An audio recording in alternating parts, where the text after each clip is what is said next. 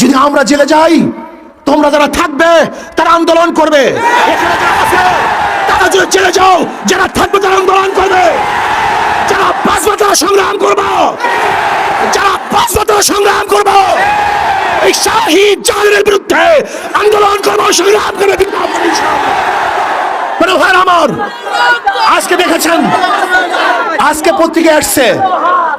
পত্রিকায় আসছে পিচ্চুনার উপরে মানুষকে শহীদ করা হয়েছে। আজকে পত্রিকায় দেখেন, যারা শহীদ হয়েছেন তাদের রুহের মাগফিরাতের জন্য আজকে আয়োজন। তারা কেন শহীদ হয়েছেন, তাদেরকে কেন হত্যা করা হয়েছে, তাদের দাবি কি ছিল, এ সম্পর্কে কম বেশি ইতিমধ্যেই আমরা অনেকেই জেনেছি। তারা দাবি করেছেন কোটা বিরোধী আন্দোলন, কোটা থাকবে না। কোটার বিরুদ্ধে তারা আন্দোলন করেছিলেন, দাবি তুলেছিলেন মেধার ভিত্তিতে চাকরি হবে, কোটার ভিত্তিতে নয়। 56% কোটার ভিত্তিতে চাকরি হচ্ছে। চিন্তা করা যায়, কোন কোন ক্ষেত্রে দেখা যায় অনেক বেশি। এর কারণটা কোথায়? এর কারণটা কি? একটা ছেলে একটা মেয়ে সারা জিন্দেগি পড়াশোনা করবে, মেধার যাচাইতে যখন সে উত্তীর্ণ হবে, কিন্তু কোঠার কারণে সে চাকরি পাবে না। এটা যৌক্তিক কোনো কারণ হতে পারে? এটা হয়। এই কোটা কি?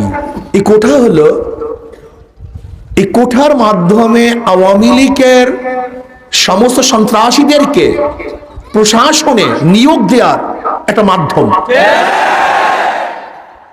আজকে দেখেছেন প্রশাসনের অবস্থাটা কি? সব জায়গায় আওয়ামী লীগ, সব জায়গায় ছাত্রলীগ, সব জায়গায় দলীয়করণ। বাংলাদেশের এমন কোন ক্ষেত্র নাই যেখানে দলীয়করণ নেই।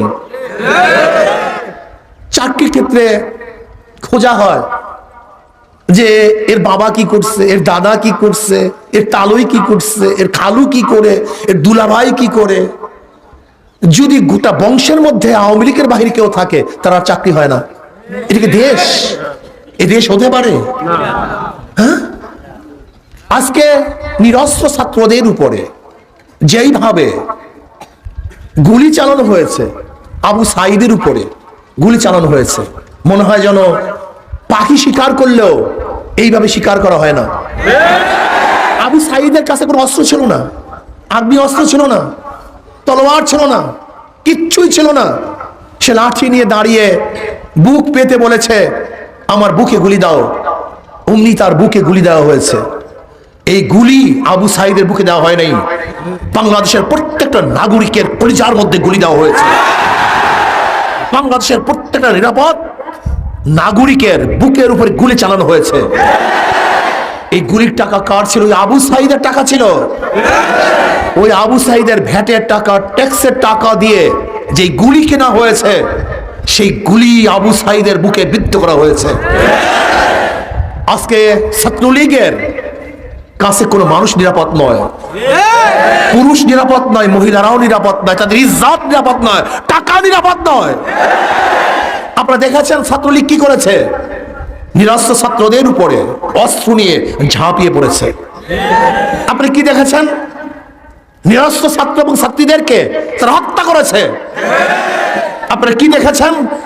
আজকে হাজারো ছাত্রদেরকে পঙ্গু করা হয়েছে, অন্ধ করা হয়েছে, বিকলাঙ্গ করা হয়েছে, হাজারো মায়ের বুককে খালি করা হয়েছে।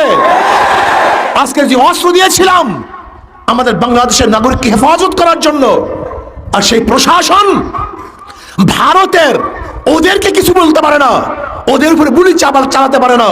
প্রশাসন শুধু আমাদের জনগণের উপরে, বাংলাদেশের জনগণের উপরে, নিরীহ জনগণের উপরে তারা গুলি চালায়। আজকে শেখ হাসিনা খুনি হয়ে গেছে, রাক্ষস হয়ে গেছে, জালেম হয়ে গেছে। সে মসনদে বসে মানুষকে মানুষে মনে করে না, মনে হয় যেন মানুষ নয়, সবাই জানোয়ার।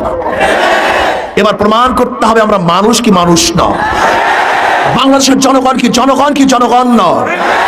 শেখ হাসিনা চেয়ারে বসে যা বলবে তাই আমাদেরকে শুনতে হবে না, আমরা শুনবো না। আমরা ব্রিটিশের বিরুদ্ধে আন্দোলন করেছিলাম, আমরা ভাষার পক্ষে আন্দোলন করেছিলাম, ব্রিটিশদেরকে দেশ থেকে তাড়াতে বাধ্য করেছিলাম, আমরা পাকিস্তানি খুনিদেরকে দেশ থেকে বাধ্য করেছিলাম ভারতে। আমরা খুনি শেখ হাসিনাকেও ওই বাসনাদ থেকে নামাতে বাধ্য করবে ইনশাআল্লাহ।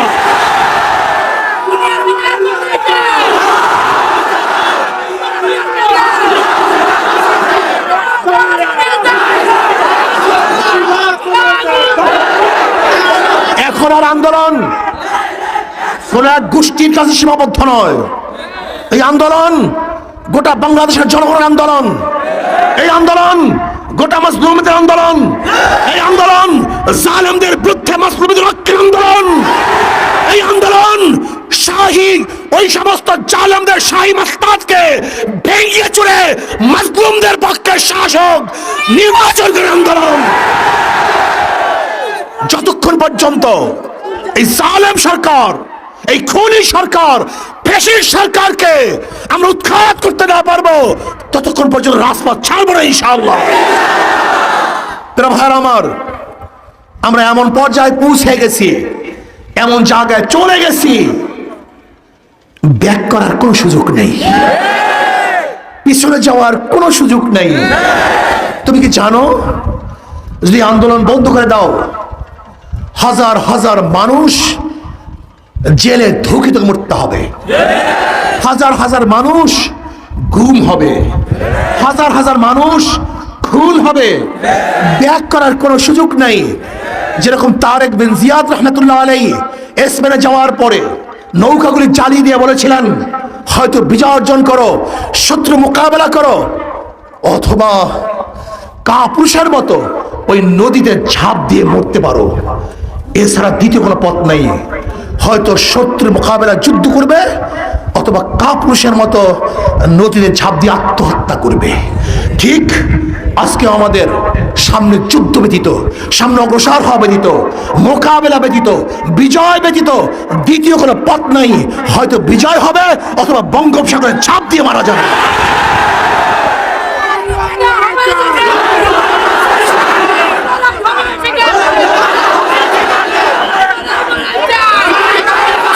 ভেবেছো কি এই আন্দোলন এখানেই শেষ? না, যদি কোনো অবস্থাতে চুপচাপ হয়ে যাও, রাস্তা ছেড়ে দাও, রাজপথে উঠে যাও, তাহলে সরকার কিন্তু উঠবে না।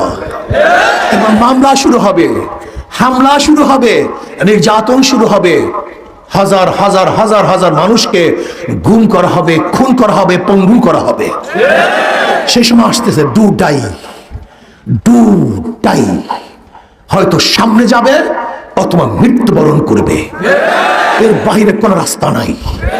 যদি আমরা জেলে যাই, তোমরা যারা থাকবে তারা আন্দোলন করবে, এখানে যারা আছে তারা যদি জেলে যাও, যারা থাকবে তারা